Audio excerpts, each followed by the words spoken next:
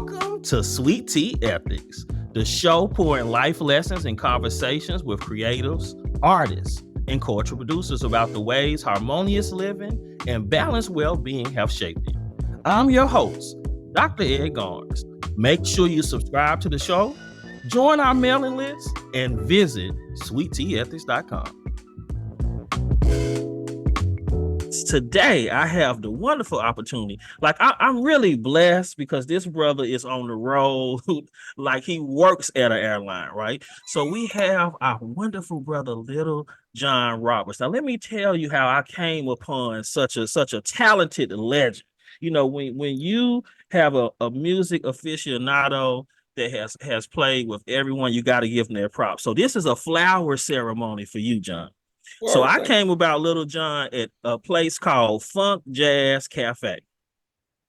This brother was tearing up the drums. I'm talking about like any hip hop song, he was putting it down. But upon further research, my jazz inclinations led me to his story. This brother was mentored by Wynton Marsalis. I mean, you can't go wrong with that. He's played with everyone. I'm just going to give y'all a couple of names. Do y'all know somebody named Prince, the purple one? Do you know Janet Jackson? Miss Jackson, if you're nasty. I mean, one of my personal jazz favorites, George Duke, in the house. I mean, and also my dad's favorite, George Benson. I mean, he's played with everyone. So welcome to Sweet Tea Ethics. We're going to pour some conversations with this good brother. Welcome. Thank my you, brother brother. John. How are you doing, man? I'm doing great, man. Blessed, man. I can't complain.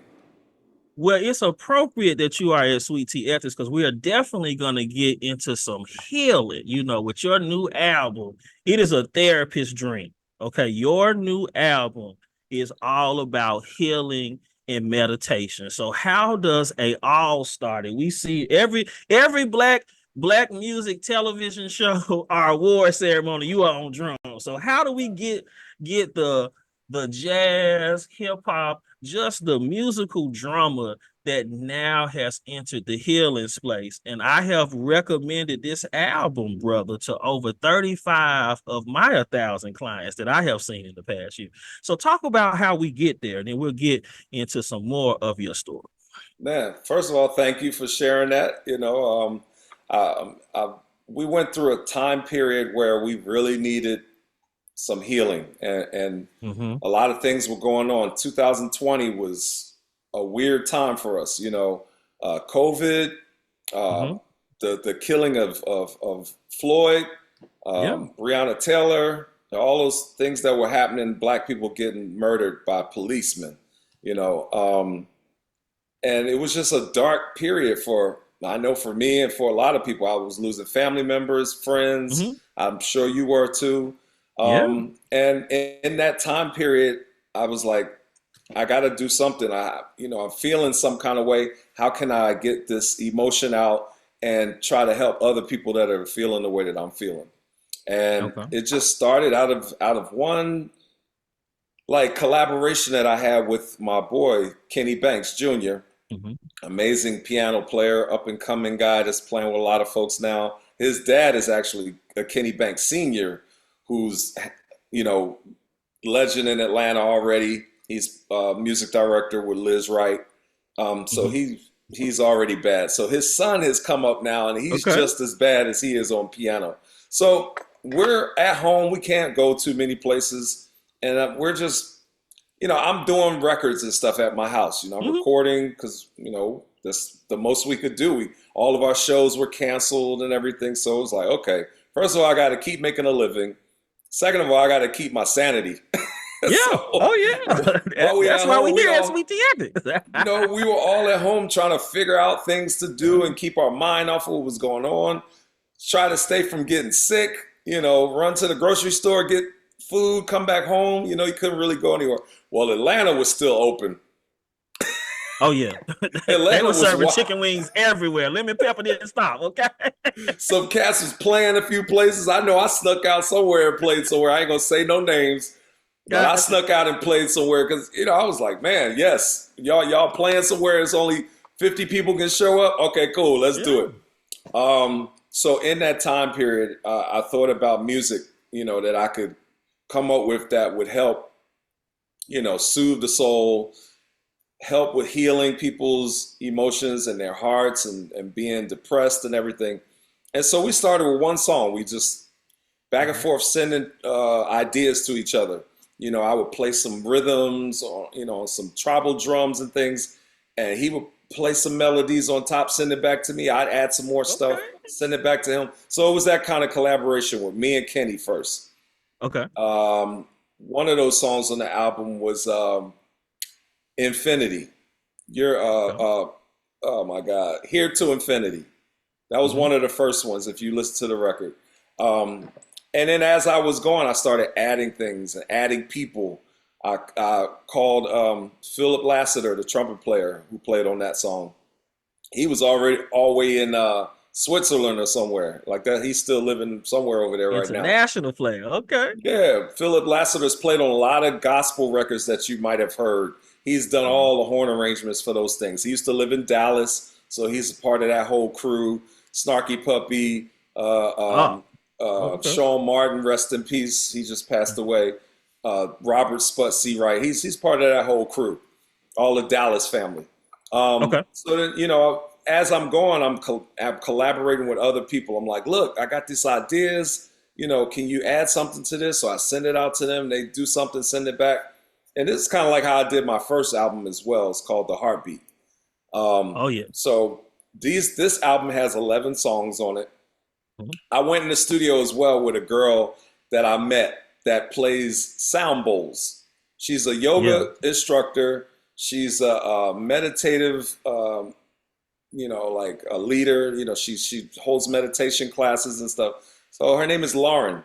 And I saw Lauren playing sound bowls on one of her videos one time. I was like, yo, that's really cool. Like, what if I played some stuff with you, like some drums, tribal drums and stuff? Because, I'm in that mode where it's kind of like meditative music, but still more spiritual than actually just meditation. I'm from the church, so I got to be careful when I say when I say things like that. No, we're gonna get to that now. We ain't gonna let you not talk about the church now. Right. So I'm a pastor's son, and so I had to be careful about how I was presenting this music. It's not technically meditation music, but it can put you in that state, and it's up to you to decide how you want to use it. So anyway, I took the sound bowls with Lauren. We went in the studio. She's never recorded in the studio before or anything. And I said, just follow me, do what you do, and I'm going to be in another room with my drums and percussion and everything, and I'm going to just flow. We'll just flow and see what happens.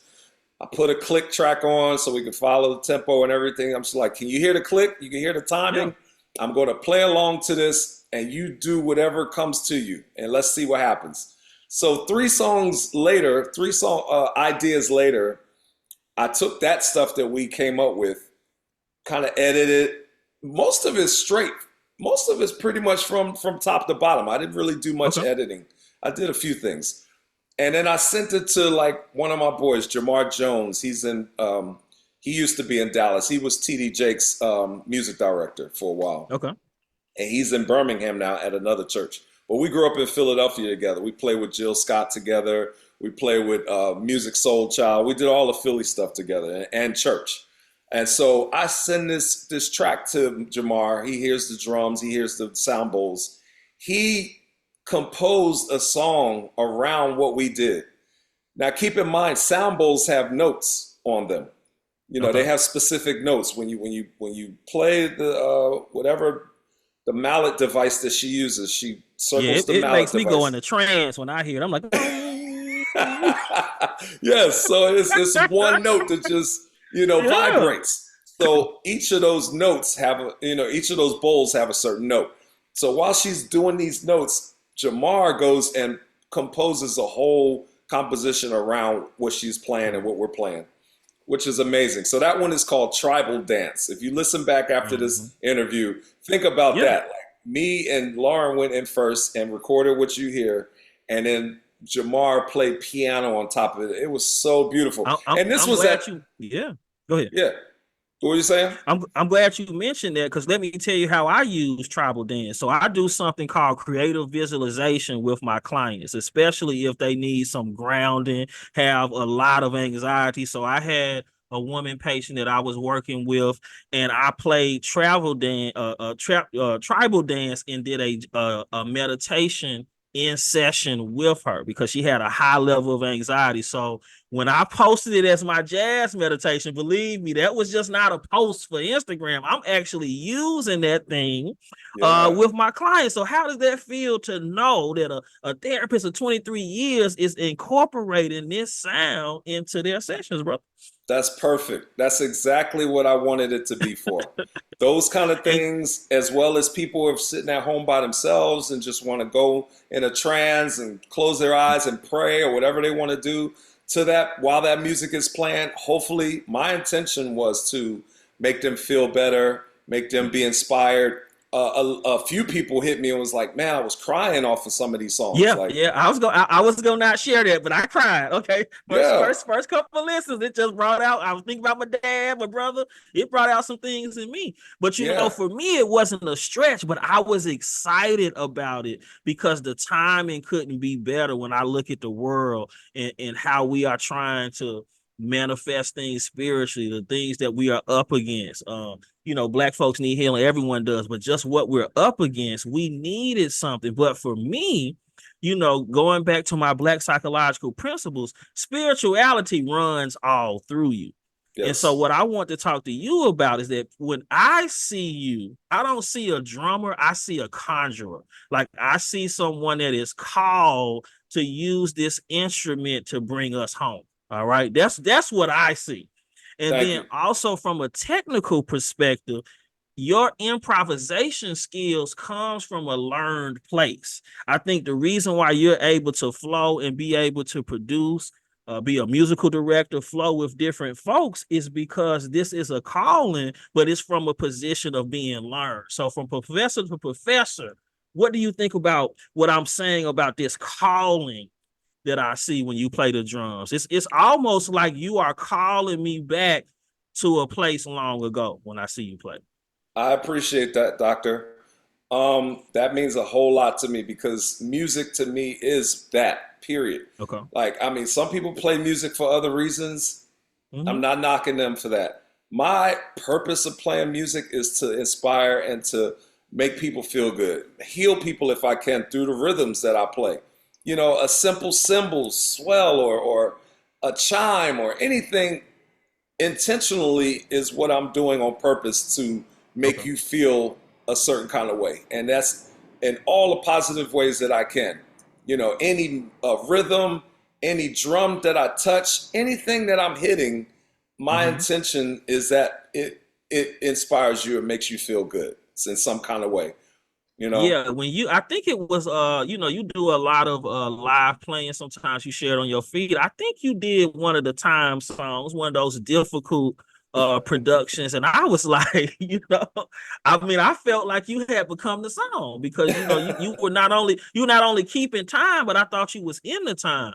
But what I appreciate about your work is just the energy, and I think the spiritual side of you comes out whenever you're in the presence of John, y'all. You are around good people. Like, you're the person that my grandmother would invite for Sunday dinner constantly. She'd be like, "Where John and I got some chicken for him," right? But I think that comes out in your playing, right? But you can't play the way you play unless you've been through something. So I'm sure you know about the blues and all of this. So I'm sure you got a story of resilience or something that may inform why you give it your all when you play. Cause I feel like an elder sometimes when I hear you play. I'm like, the boy done been through something. You know what I'm saying? Like, you can't play like that unless you got a story of resilience. So share for us something in your life that has led to you leaning more into your spirituality, something that may have troubled you that you had to get past. Because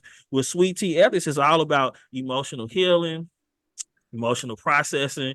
your work does that. But I mean, you got a story. I mean, you got to share Oh man. something with us that we can get inspired by. Because you play like you play like freedom is on the way. You know what I'm saying? I've been through a lot, man. I mean, You can just share something with the people. yeah. I mean, I don't know where to go specifically, but You can go all I, anywhere that you feel comfortable. Whatever spirit moves you, just go there. yeah. I mean, just from growing up in church to Hmm. switching over to playing secular music, Yeah. uh, that was a thing for a while, being at a young age, because I started early. I was playing in my dad's church when I was 10. Prodigy is By, what the name people throw out with you. Prodigy. You was a prodigy. and then by time 16 years old, I'm like going on the road and traveling with people and stuff and asking permission to go, do this and do that and the other, and having people call the house and talk to my dad, Mom, do you mind if we take him with us? Um, and then doing early recording sessions with gospel artists like Edwin Hawkins and Mm. traveling with Vanessa Bell Armstrong. Oh Lord. My first album was with a guy in Philly named Bruce Parham, who's an amazing artist, Okay. singer, preacher, pastor in Philadelphia. So all of those things, and then moving to Boston to go to Berklee College of Music, man. Hmm. The manifestations, like you talking about, of wanting to play with Miles Davis and Hmm. wanting to play with Janet Jackson and wanting to play with people that I was hearing when my dad was playing 8 tracks in his basement while he was working out. He was playing George Benson and playing Earl Klugh, and who else was he playing? George Howard.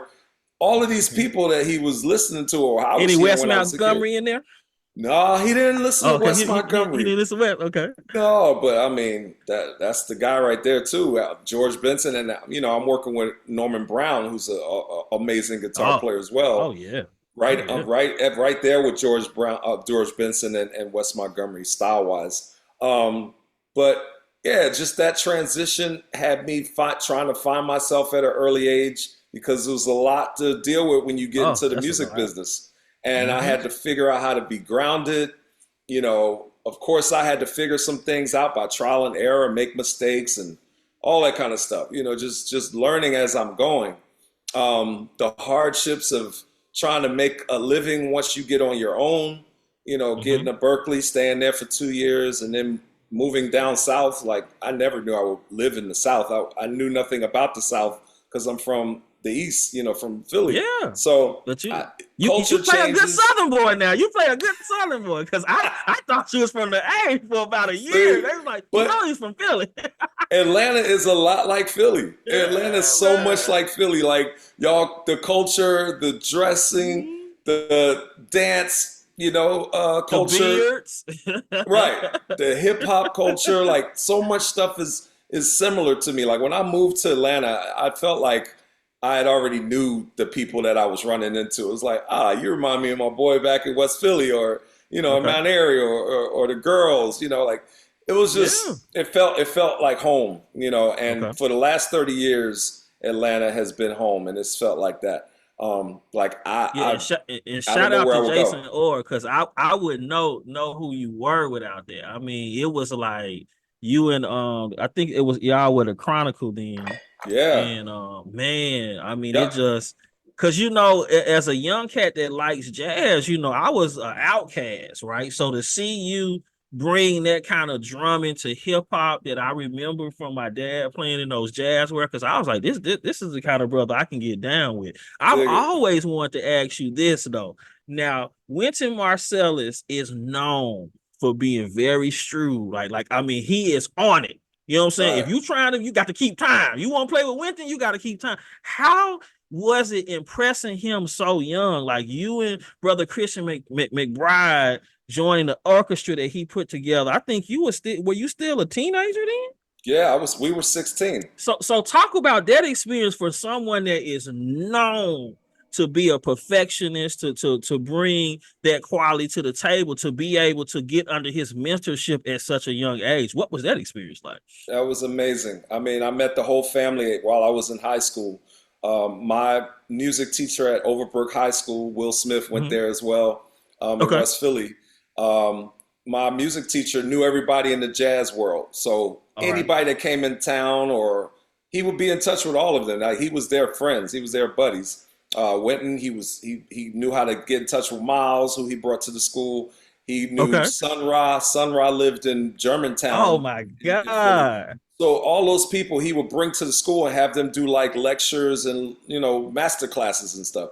So he had Wynton's family come with Okay. Ellis Marcellus's dad, Mm-hmm. Delfeo Mm-hmm. Marcellus. Jason Marcellus was really Uh-huh. young back then. I mean, he was probably close to my age, because Jason is close to 50 something now too as well. So, but to me, he looked like a little boy back then, and he was killing on drums. I was like, Jason Marcellus, like, you hear about Wynton and, whatever, but Jason, like, he's a genius. Like, if you go on his IG and just listen to some of the stuff he talks about, or some of the playing that he does, absolute genius kid, man now.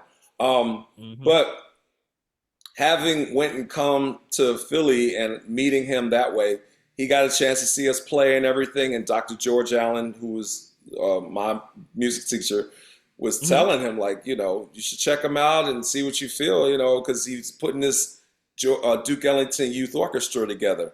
And me, Chris McBride, Joey DeFrancesco, we were already playing together as a trio.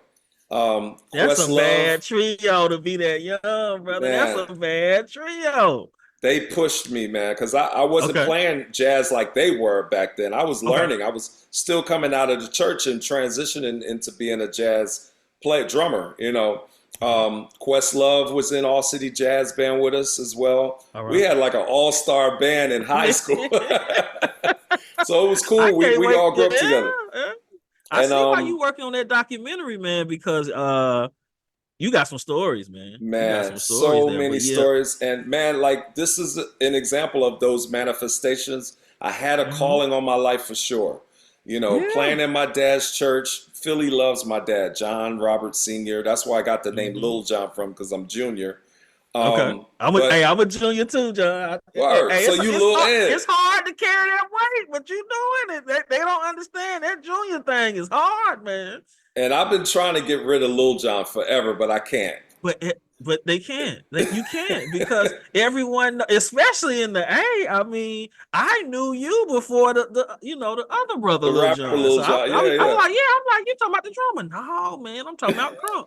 But the Marcellus family is like, I feel like they're part of my family, because my dad was a jazz head. That's where it comes from for me, from Herbie Hancock to Wynton Marcellus. I remember listening to what is the soundtrack? Mo Better Blues. And he was like, well, I already introduced you to his brother, but this is Bradford Marcellus right here. You need to get down with him. So, that is very much a part of my life. One of the things I did want to talk to you too is about, I love your posts, right? Because I see the Professor John coming out in those posts, like the level of professionalism that you have to have, taking care of the culture, taking care of the music. What do you feel is your responsibility as a Black musician in 2024 to the culture?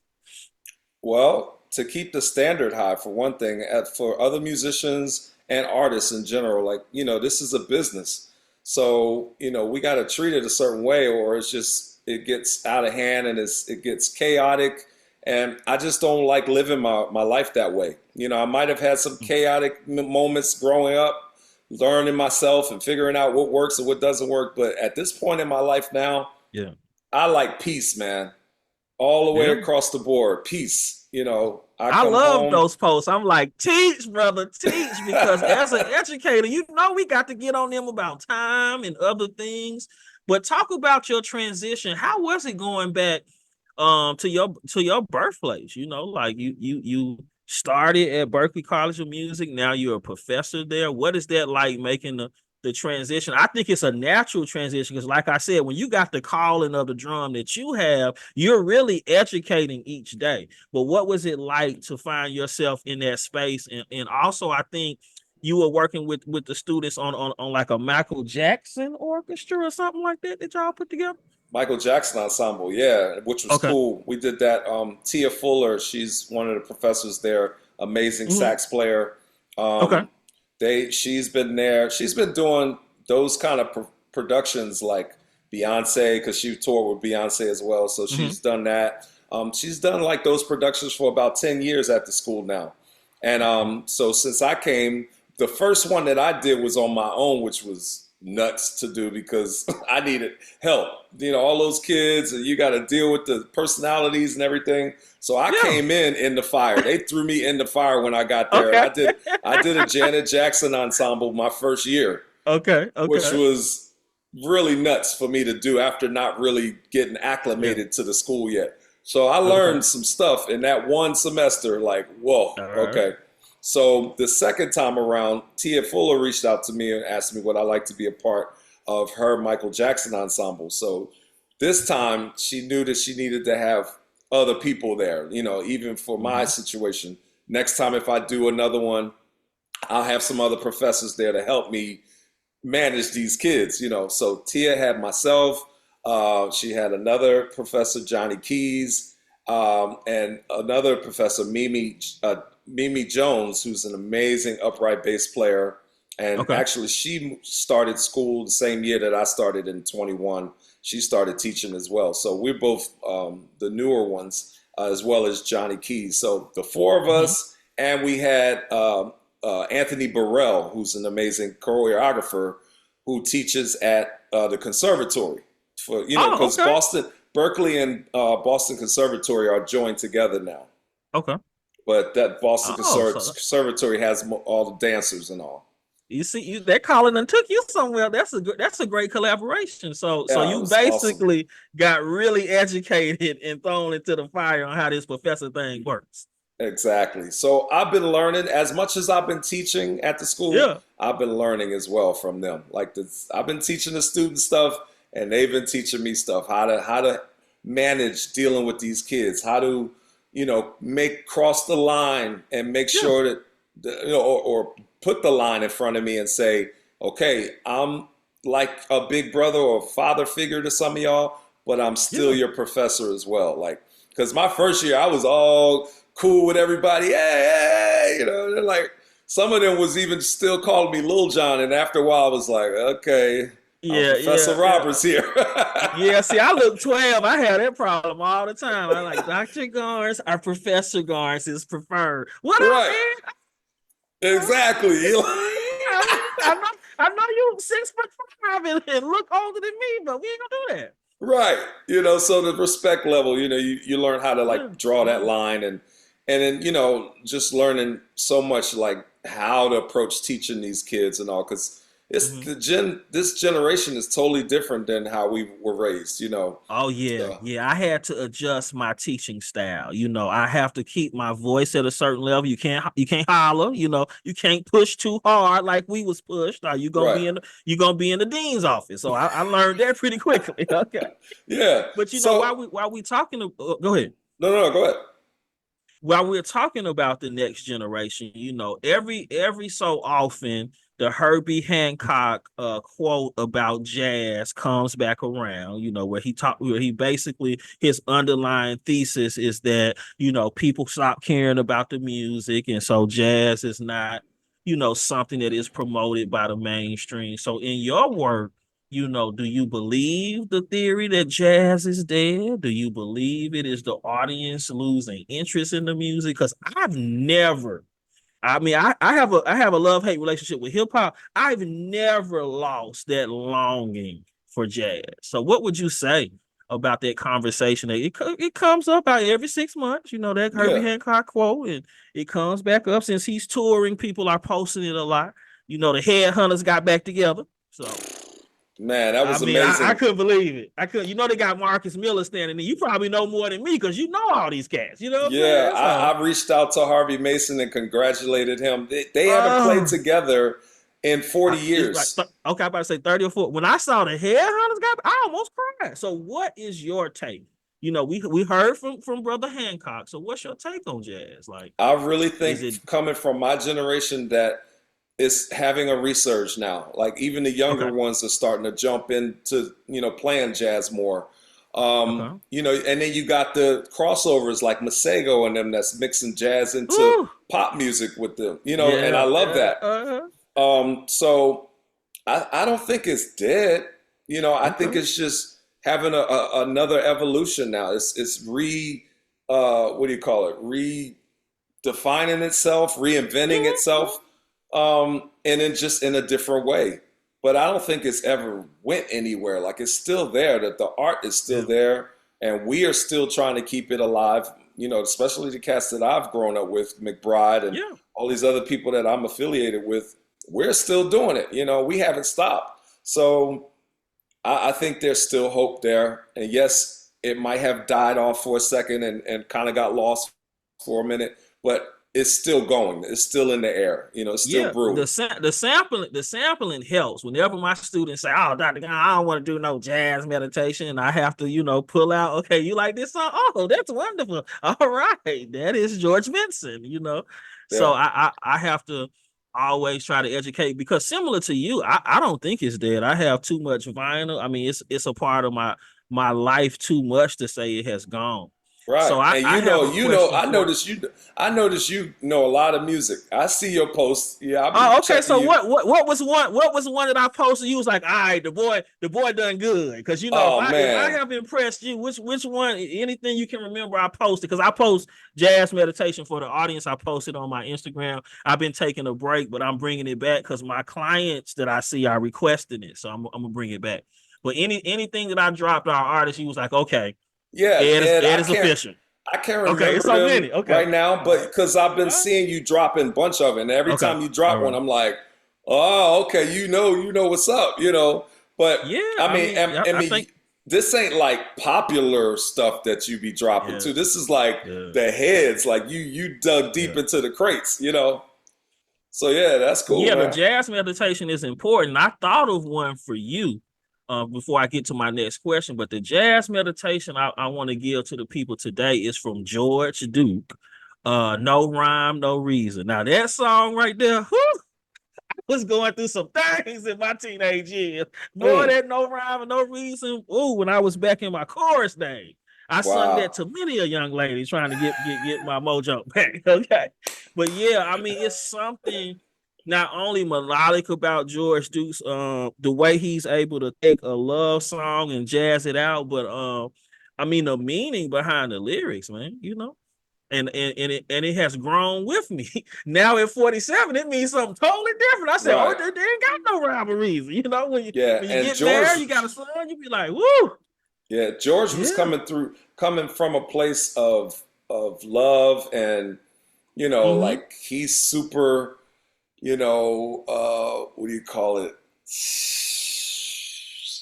In the clouds, I mean, you know. It's like he's intergalactic. It was like an intergalactic. That's a good word. Right? Okay. Yeah. Right. But I mean, because like you had Dookie Stick, the No Rhyme, No Reason, and then you had, I mean, you had some straight ahead stuff, but some very funk centered stuff. So what was it like working with someone whose presence is so, you know, it's out of this world?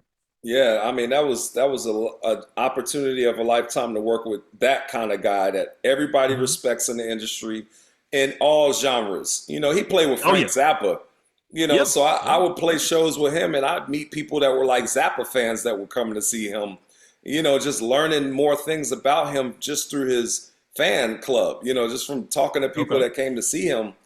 And they were everybody loved George, and he was so humble and sweet as a person.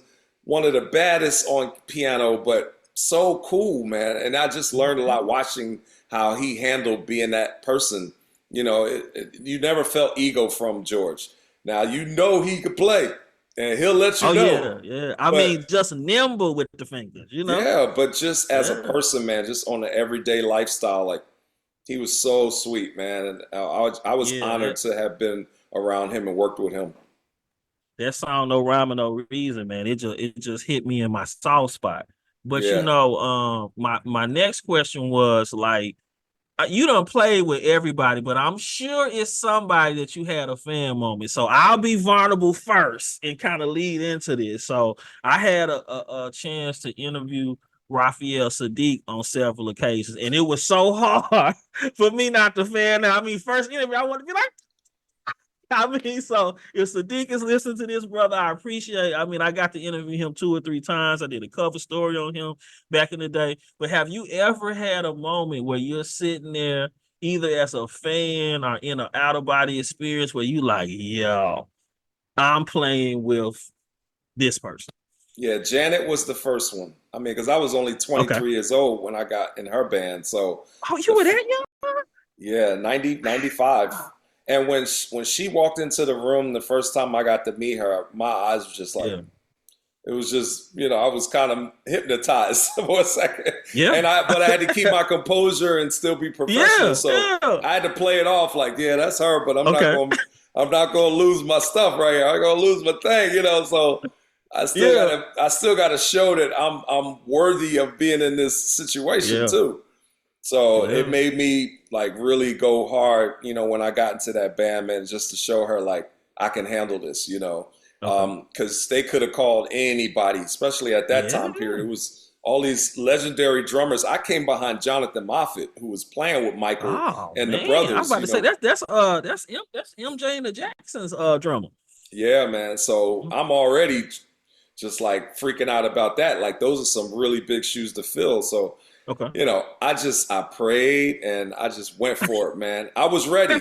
I was ready. I Okay. honestly say I was ready, Ed, because I All had right. been practicing and just getting my craft together for whenever the Yeah. opportunity came to do whatever. Like I wanted to play with Miles Davis in '91 Mm-hmm. when I got to Berklee. I was really in my mind thinking of playing with Miles Davis. I'm like, I want to be in his band. I want to be in that funk jazz band because that was Yeah. the thing. That was my style right there. I was like, Okay. that's my thing right there. And I could do All that right. and I would kill that. That's how I was thinking. And Miles passed away that same year. Oh my God. So I was Ooh, crushed. that would have been ignorant in a good Oh way, you man, know? I would have loved to have been in that band. I mean, to the point where today I Mm-hmm. performed, some shows doing a Mm-hmm. dedication to that music because I wanted to play it. So Ah, I got Phil Davis, I got Trey Gilbert, okay. I got Derek Scott, all the guys that I play with most of the Mm-hmm. time in Atlanta. We put a unit together and did it at the Jazz Festival. Actually, a few years back, we did a tribute to Okay. Miles, and we had Oh Russell man. Gunn play trumpet. Okay. So it was nuts, man. Then Nicholas Payton showed up. He sat in with us, and Oh man, man. it was Yeah, crazy. So I did a jazz meditation with Brother Peyton on my page. Yeah. Mhm. that's my dog, man. He actually teaches at Berklee now too. Oh, okay. Look at Hmm. all these educators. So it sounded like you had another one. So you said Janet. Now I almost, since you vulnerable, I'll match your vulnerability once again. I almost passed out at one music fest. As soon as she came on the screen, shout out to Motown and J. Cole. I was like, so I feel you on Janet, but it sounded like you was about to mention another person too that kind of had you in who was that? Okay, I got to give you two more because one of them Oh, come was like on. one of them I want it. Let's one of them go. was a one-time experience. Mm-hmm. And this was, oh my God, the sweetest lady I have ever met and even played with is Nancy Wilson. First of all, she's fine. I didn't Nancy know she was Wilson was fine. fine. I didn't know she was fine. Like, I mean, What? I mean, I, she's pretty, but when I hear fine, it's like the whole deadly combination, it, my definition of fine is a little different because it's Okay. the essence of the person too. Okay. All Like right. All just right. her Okay. All air, right. her greatness, just her All right. humbleness, sweet, and can sing her butt off. Like, so I worked with her on a TV show one time. I think it was an award show. I was with Ricky Minor in Mm-hmm. LA, and she was one of the Okay. guest performers on it. And we played I can't remember what song we played. I know I had to read it Mm-hmm. because it Yeah. was a pretty deep arrangement and it was very, Okay. very specific. And I think it was kind of medley style too, because I think Guess Who I Saw Today was one of the songs in the medley. But it Mm. was some other songs too. And I've seen Nancy Wilson perform before, prior to this time. This is when John Williams was her bass player, the bald-head guy that Okay. was Okay. on Arsenio Hall show. Uh-huh. He Uh-huh. was Uh-huh. in the band with the posse. And I saw Nancy a few times, like in Philadelphia, like at the Man Music Center, or I saw Okay. her in another place in New York. And I'm just in the audience, just stuck on this lady, man. She was classy. That was the other word. so classy, man. You was And transfixed. bro, I was hypnotized, man. She came out in this beautiful dress. It had like Yeah. sequin on it. I mean, her hair was gray, but like the hair was just the so hair was laid. fly. And then when she started singing, I was like, because as a young guy, I always had a thing for older women. I don't know, it might have been from being in church and being around like the evangelists and just in all of them, like, wow, she's amazing. You just like class, and unfortunately, sometimes you have to go a little older to find that resonance. So okay, so and that explains some of my relationships too, because I've been searching for those kind of things, and if I didn't get it, it was like it was kind of a letdown. I got you. So we got to find you a Nancy Wilson. So I go into my therapeutic bag. We gonna cultivate and manifest a Nancy Wilson for John. Okay. Look, but it makes a lot of sense to some of the things that had happened in my career, like my relationships. So yeah, Nancy Wilson. Okay, the next one. Yeah, I'm ready. Oh man, it's two more. Come on, because I work with both of them. We dropping the things that people might not know about you, brother. Okay, so Prince will be another one. All right.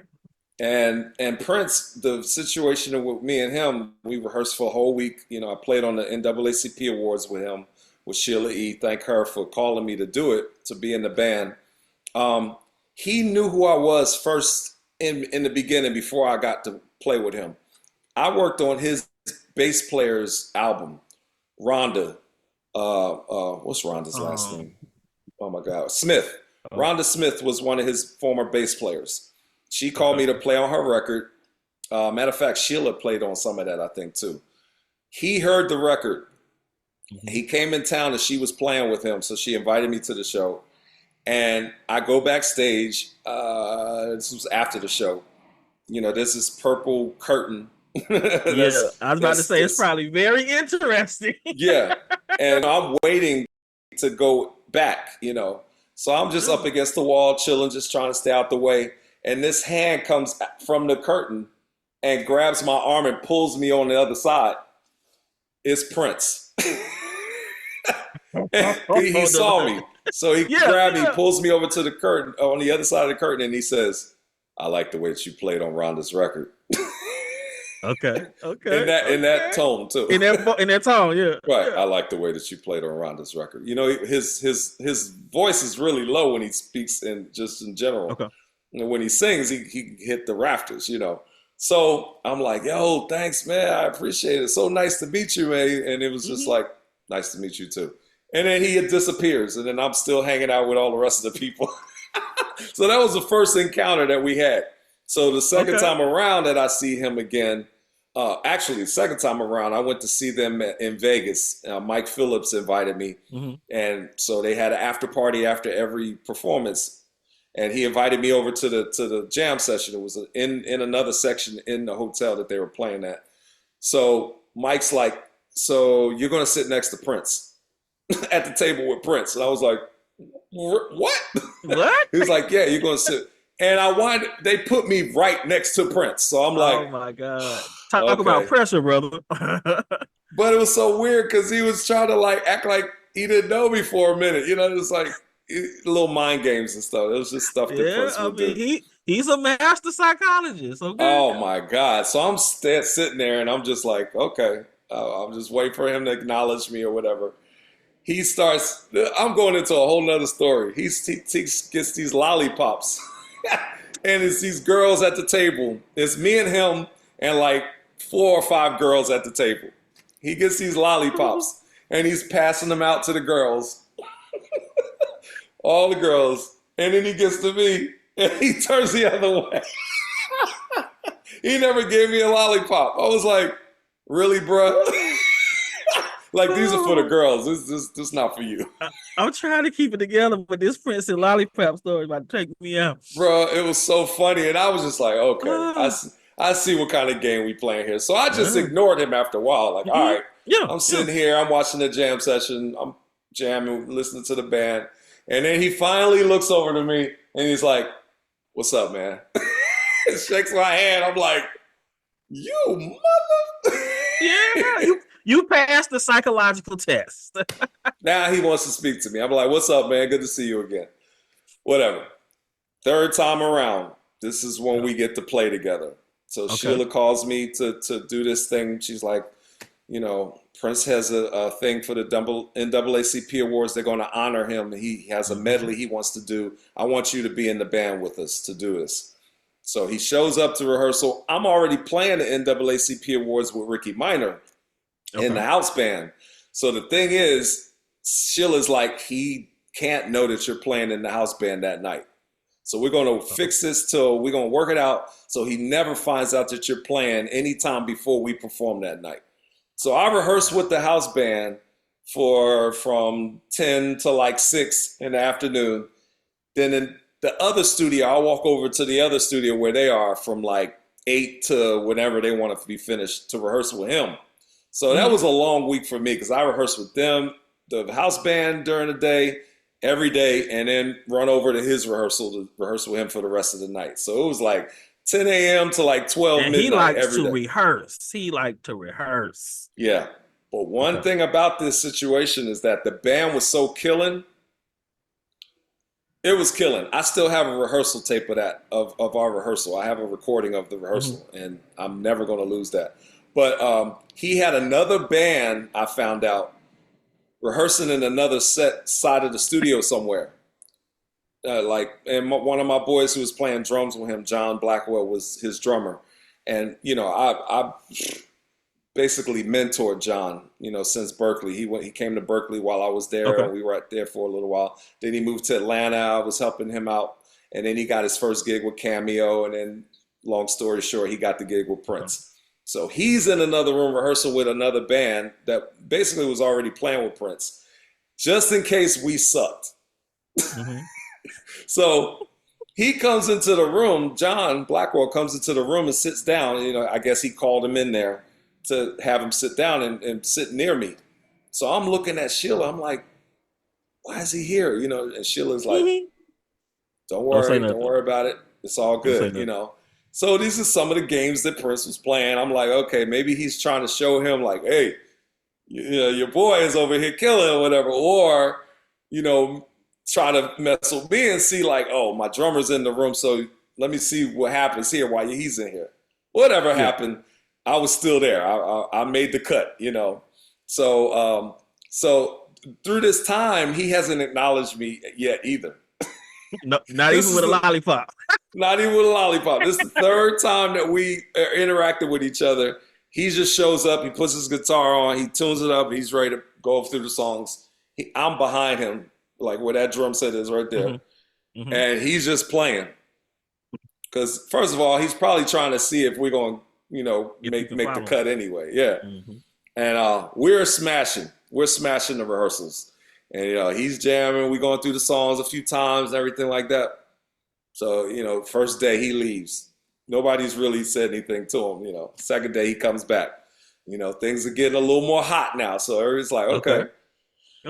By like the third day, he finally starts acknowledging us, especially me. The first thing he told me was play, he sent a message to John to send to me. Tell him to do such. He whispered in his ear, hey, John, tell him to do this. John comes over to me and says, dude, he called him dude. He said, dude said, can you play such in this section? Okay, cool. All right, I'll do that. I did it. Next time around, he whispers to John, hey, John comes back around to me again. Hey, man, dude said, can you do this? Such. I'm like, all right, cool. He's not saying nothing to me. He's telling you to tell me. Third time he goes to tell me something. He comes around, he said, hey, man, dude said, can you? I said, man, why can't he just tell me? I'm right here. Like, he's right there and I'm right here. Can't he just say something to me? Oh, man, this is so psychological. And he's looking down on his guitar and looks up and like laughs, like smirking because he heard what I said. And he kind of smirks like, oh, okay, like this is a real one right here. Yeah, he likes you. I'm about to say he likes you because you taking it. You know? Right. So next time he turns around, he says, "Hey man, play the claps on this song, right?" You know, and I'm like, "All right, cool." That We feeling good. came out. Hey, talk to me, man. I'm like, "Yo, why you keep sending you over here to talk to me?" Yeah. Hilarious, man. So we had our own little bond in a way. You know, it is what it is. Like, I'm not trying to jump in front of an artist's face when I'm playing with them. Anybody I work with, like if you talk to them now, they'll say John just does his thing. If you speak to him, he'll speak back. But I'm not running to like be friends with everybody like that. No. You have an impenetrable reputation. Like that's Yeah, one I'm of the like, things that I respect about you is that your name rings true and good in a lot of circles, man. but I give respect and I like it in return. That's plain. It's just point blank. And if you're not going to give that to me, then I'm like, okay, whatever. You know, it's business then. I'm just coming to play drums for you, get my check, and I'm gone. You still feeling now. You know what I'm saying? You spiritual, but you got that feeling. You know what I'm saying? Right. I'm like, oh, word. That's what it is. Okay, cool. Okay. Oh, I see what it is. I'm good. In Atlanta, we would say, bet that up. Okay. Bet that up. Right. Okay, the last one out of those. Go ahead. Stevie. Oh, God. Stevie. Oh, God. And it's not even a fan out thing because I'm definitely a fan. Who's not? But respect, just in awe of his genius. Because I worked with Stevie a few times before I got to do the tour, Songs in the Key of Life tour with him. I've done some TV shows with him. I did the tribute to Quincy Jones and Stevie played. Matter of fact, George and Stevie played on one of the songs. We did Can't Help It because he helped, he wrote that with Michael Jackson. So that was one of the songs that we did. And he did a instrumental version of it and he sang it a little bit too. So we went through all of that. So Stevie already knew who I was and he was always cool with me. Just sweet, But the time that really just made me have an out-of-body experience was when I was on tour with him. And we were playing Love's in Need of Love. That's like one of the first songs we started on the set at the top of the show. Did you go to the show at State Farm? Oh, my God. No, I didn't go to it. I should have, but no, I didn't go. I heard, believe me, I heard about it. When we played Atlanta, when we played Philly, when we played Detroit, those three main cities were on another level of spirituality because Detroit is home for him. Philly was home for me, first home, and Gamble and Huff and all of them were there. So it was like Philly soul was in the building. So that just resonated even crazier. But when we played in Atlanta, I don't know what it was in the air, but it felt like a church service. It felt like a church service because Atlanta's soul, man. Atlanta's a soul city. And they were singing us all the songs and everybody was quiet. They were listening to every little thing he did. Like you didn't hear nothing while the songs were played. They were just sucking it all in. And me being 30 years in Atlanta, it just felt good to play for the people that I've been around all those years, playing with him. And while we were playing Love's in Need of Love, it just took over me like almost to the point of crying, man. I was just like, that's that spirit. That's that spirit coming out. Other level, spirituality. And I'm hearing him singing in my in-ears, and I'm like, I've been listening to these songs since I was a child, and I'm actually playing what I was hearing with the person that was singing it, Yeah. And remember I said you are a conjurer. So that's what was happening. You was conjuring right then, It was crazy. It was really, because I play with a lot of people, that. Yeah, but I know. Doing that with him, just my heart was pounding like crazy, man. It was very overwhelming. Well, this is good because I normally, man, I wish we could talk. This better than I knew it was gonna be good, but you dropped some. I'm gonna listen to Nancy Wilson tonight because you dropped some stuff. Okay, I know it's gonna be good. Yeah. But who is on? We normally, near the end, ask about your healing playlist on Sweet Tea Evans because we talk about emotional healing and expression. So who has to be on Lil Jon's playlist? someone says, Lil John, we need you to put together a healing playlist, who's on it? So there's this group. They sing a cappella. Okay. And I don't recall the name of the group, but they sing, I am surrounded by love. Like they have a song called I'm Surrounded by Love. We're going to find them. Okay. I am surrounded by love. You know, that whole album, I just let it play. It's just all vocals. That album for sure. All right. John Coltrane, Love Supreme. Oh, come on now. It's a must. Like that's soon as he starts out at the top. As soon as his sax comes in on Love Supreme, like at the top, it's just it's like, oh boy. That I love Pat Metheny. Okay. Still Life Talking. That album does it for me till this day. I played it not too long ago, the other day when I was driving to Huntsville to do a drum workshop thing. And I had that playing the whole time. That's very relaxing and meditative to me. And I was listening to that while I was at Berklee. That was the first time I heard Pat Metheny's records was while I was at Berklee. And I used to go see him play at a place called Raoul's Jazz Club in Boston. Famous jazz club there. Ooh. Yeah. The experiences, man. Anything else on that list? There got to be some gospel somewhere. Okay. Are we going Clark Sisters, Hezekiah? Are we going, we're going Hawkins Family. All right, Hawkins Family. Love Alive. Love Alive, you know, one of those records.